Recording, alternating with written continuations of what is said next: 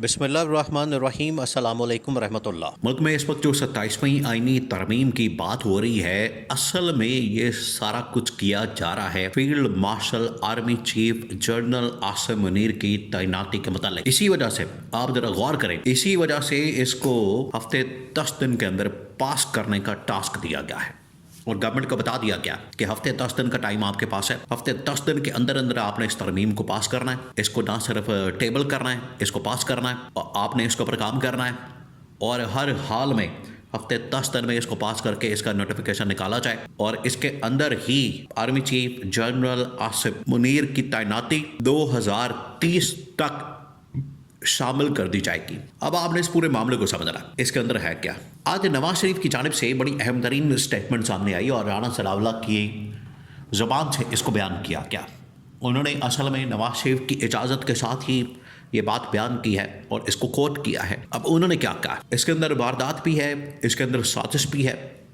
ये पैरेलल देखें, इस वक्त पाकिस्तान में जहाँ पर सियासत में तेज़ी आ चुकी है 27वीं आईनी तरमीम की वजह से, एक्सटेंशन की वजह से, पैरेलल यहाँ पर बहुत कुछ हो रहा है। एक तरफ तरमीम की बात, मुलाकातें, आना जाना, पैरेलल इसमें बेनिफिट हासिल करना, अपने अपने मफादात का तहफ़्फ़ुज़ करना, ये तमाम चीज़ें हो रही हैं। अब राना सनाउल्लाह की जानिब से बड़ा अहम तरीन स्टेटमेंट सामने आया। उन्होंने कहा कि इस वक्त army chief general Asim Munir को अपनी तैनाती के मतलब नोटिफिकेशन की ज़रूरत नहीं। वो नोटिफिकेशन के बगैर ही आर्मी चीफ है और उनके ऊपर जो 26वीं तरमीम का आर्टिकल था आर्मी चीफ की तैनाती के मतलब कि उनका टेन्योर जो है वो 5 साल तक कर दिया गया है।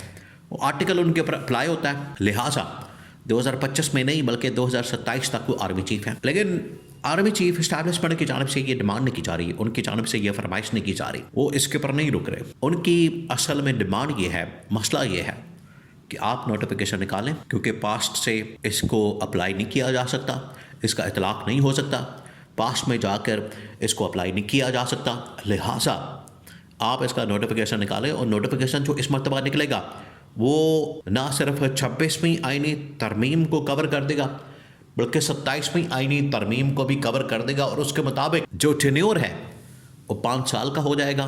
और 5 साल का होने का मतलब ये है कि 2025 से 30 तक, ये जो 5 साल नवंबर 2025 से नवंबर 2030 तक, ये जो 5 साल हैं, इसके लिए field marshal army chief general Asim Munir army chief तैनात हो जाएंगे। ये असल में फटा पड़ा हुआ है दोनों के दरमियान और इसके ऊपर ले दे हो रही है, गिव एंड टेक हो रहा है, इसके ऊपर लेन देन हो रहा है, इसके ऊपर बातचीत हो रही है। इस्टेब्लिशमेंट के तो बड़ा क्लियर है, इस्टेब्लिशमेंट के तो आपको पता चल गया कि ये बात हो रही है और इसके बारे में इंफॉर्मेशन भी आ रही है, लोग बात कर रहे हैं इसके बारे में। देखिए यही वो नुक्ता है, आप इस बात को समझें। आज अगर मीडिया के अंदर ये बात हो रही है, बहुत सारे लोग मुख्तलिफ ट्वीट्स बयान कर रहे हैं, ट्वीट्स के अंदर बात कर रहे हैं कि 243 आर्टिकल 243 उसके ऊपर बात करने से मना कर दिया गया, पाबंदी लगा दी गई। क्यों लगाई गई? आप जरा 2 मिनट के लिए सोचें कि ऐसी कौन सी बात है उसके अंदर कि 243 के ऊपर डिस्कस करने को मना कर दिया गया कि आप इसके ऊपर बात नहीं कर सकते, डिस्कशन नहीं कर सकते, क्योंकि ये असल में आर्मी चीफ की तैनाती के गिर्द घूमता है। तो जब उस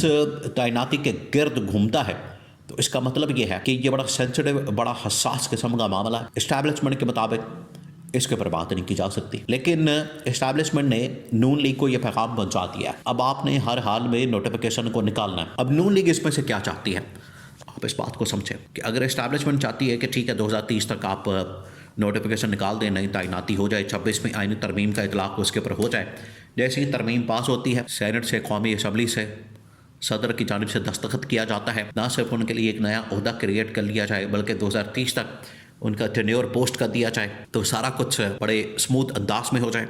वहीं पर गवर्नमेंट की ये ख्वाहिश है, गवर्नमेंट ये चाहती है कि ना सिर्फ इस टेन्योर में, ये वाला जो पार्लियामेंट का टेन्योर है 5 साल का, इसमें हमें ना छेड़ा जाए, ना तंग किया जाए, ना परेशान किया जाए, ना टेंशन दी जाए, ना इस हवाले से कोई बात की जाए।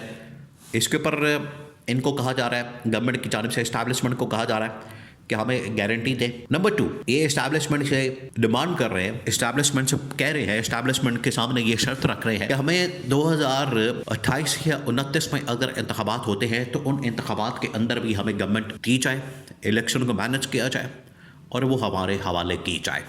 ये है इनका पूरा प्लान। 2024 के इंतखाबात आप देखें, 2022 में, 23 में ये तैनाती होती है और 24 में इंतखाबात निकाल के तो इनके हवाले कर दिया जाता है। अब अगर आज ये नोटिफिकेशन आ जाता है तो 4 साल अभी बड़ा टाइम पड़ा हुआ है। नून लीग को इस बात का खतरा है, नून लीग को इस चीज़ का खदशा है, नून लीग को इस चीज़ का डर है कि 4 सालों में कुछ भी हो सकता है।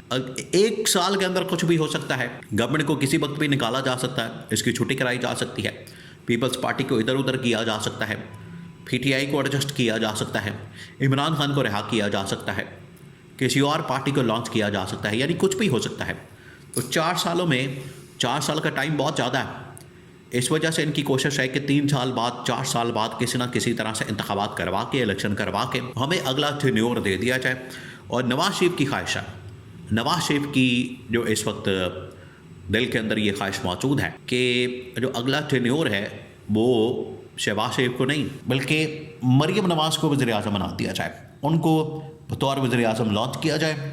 तो इसके लिए मैं नोटिफिकेशन निकालने के लिए, इस तरमीम के ऊपर साइन करने के लिए, इसका गो हेड देने के लिए, और मैं खुद बज़ाते खुद कौमी असम्बली के अंदर आके इसके ऊपर साइन कर दूंगा, दस्तखत कर दूंगा और इसके ऊपर वोट दूंगा, इसको पास करवा दूंगा।